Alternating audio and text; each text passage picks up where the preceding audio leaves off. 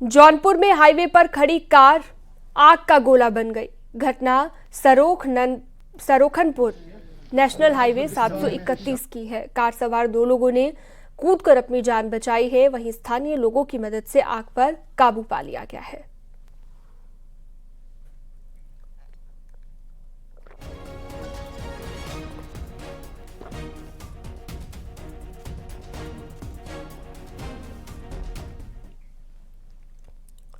लखीमपुर खीरी में police encounter में एक गौमांस तस्कर के पैर में गोली लग गई, जिसके बाद पुलिस ने 3 गौवंश तस्करों को गिरफ्तार कर लिया है।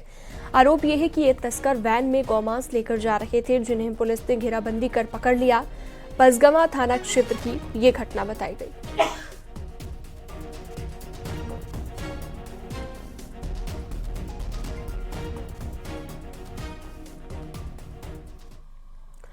कौशाम्बी में तेज रफ्तार टूरिस्ट बस डिवाइडर से टकराकर हाईवे पर पलट गई। इस हादसे में बस में सवार एक शख्स की दबने से मौत हो गई, जबकि बच्चे समेत 10 यात्री घायल हुए हैं। इनमें से 5 यात्रियों की हालत गंभीर है।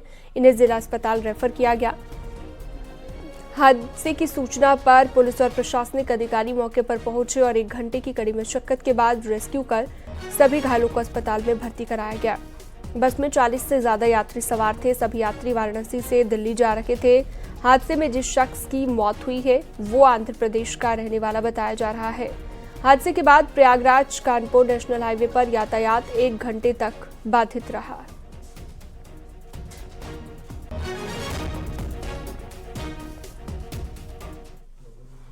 हरदोई में मारपीट के दौरान एक युवक की मौत के 24 घंटे के बाद भी मुकदमा न लिखे जाने को लेकर परिजनों ने हंगामा किया। परिजनों ने रोड जाम कर दिया। करीब 3 घंटे तक बवाल चला और बाद में सीओ ने परिजनों को समझा बुझाकर शांत कराया है। एफआईआर लिखे जाने का भरोसा दिया, जिसके बाद परिजन शांत हुए। आपको बता दें कि मुंडन संस्कार से वापस आ रखे 2 सगे भाइयों पर गांव के लोगों ने लाठी डंडों से हमला कर दिया। इलाज के दौरान इनमें से एक की मौत हो गई। आरोप यह है कि शिकायत देने के बाद भी पुलिस ने कार्रवाई नहीं की। इसके बाद नाराज परिजनों और ग्रामीणों ने यहां पर जाम लगा दिया। ये चीज तो है, वो हमारा काम कर रहे हैं। हाथरस में बंदरों की आत्मा की शांति के लिए हनुमान चालीसा का पाठ किया गया। हिंदू संगठनों ने इसका आयोजन किया। वीएचपी और बजरंग दल के पदाधिकारियों और कार्यकर्ताओं ने बंदरों की आत्मा की शांति के लिए गोदाम परिसर में 11 बार हनुमान चालीसा का पाठ किया। इस मौके पर गोदाम के मैनेजर और कुछ अन्य कर्मचारी भी यहां पर मौजूद रहे। आपको बता दें कि कलवारी रोड स्थित एफसीआई गोदाम में कीटनाशक से 145 से ज्यादा बंदरों की मौत हुई थी। गेहूं को कीड़ों से बचाने के लिए कीटनाशक रखा गया था, लेकिन बंदर इसके संपर्क में आ गए। आरोप है कि गोदाम अधिकारियों और कर्मचारियों ने इन मौतों को 9 दिनों तक छिपाए रखा और बंदरों के शवों को नमक छिड़क कर गोदाम के अंदर ही दफना दिया गया।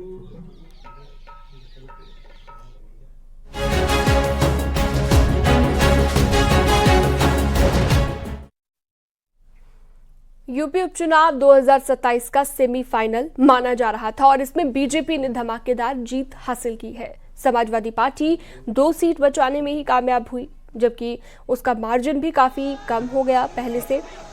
यही वजह थी कि बीजेपी ने इस जनादेश को 2027 का जनादेश संदेश भी बताया है। डिप्टी सीएम केशव प्रसाद मौर्य ही नहीं बल्कि सीएम योगी आदित्यनाथ ने भी साफ कर दिया कि 27 में करहल में भी कमल खिलेगा। बीजेपी दफ्तर में सीएम योगी ने पटाखे जलाए, इस जीत के जश्न में शामिल हुए। जनार्दन ने स्पष्ट कर दिया है कि समाजवादी पार्टी और इंडी गठबंधन का लूट और झूठ की जो पॉलिटिक्स है, अब इसके अंत की उद्घोषणा भी यह चुनाव है।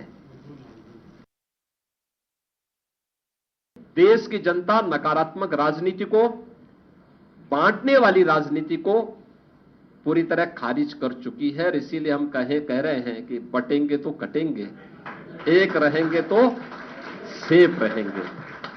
तो एक रहेंगे, सेफ रहेंगे पर देश की जनता जनार्दन ने राष्ट्रीय एकता और अखंडता को मजबूती प्रदान करने के लिए, सुरक्षा और समृद्धि के लिए अपना जनादेश दिया है।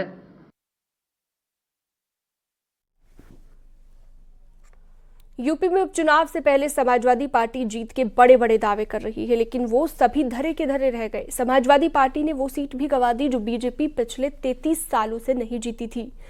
अंबेडकर नगर जिले की कटेहरी सीट पर बीजेपी ने समाजवादी पार्टी की चुनौती को ध्वस्त कर दिया।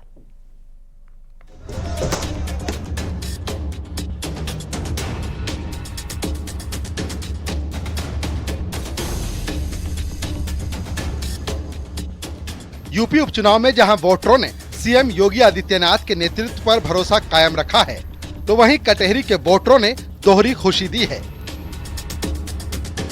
अंबेडकर नगर जिले की कटेहरी वही सीट है जहां बीजेपी को 33 साल तक जीत नसीब नहीं हुई, लेकिन उपचुनाव में बीजेपी ने इस सीट पर विरोधियों की चुनौती को पस्त कर दिया और 33 साल का सूखा भी खत्म हो गया।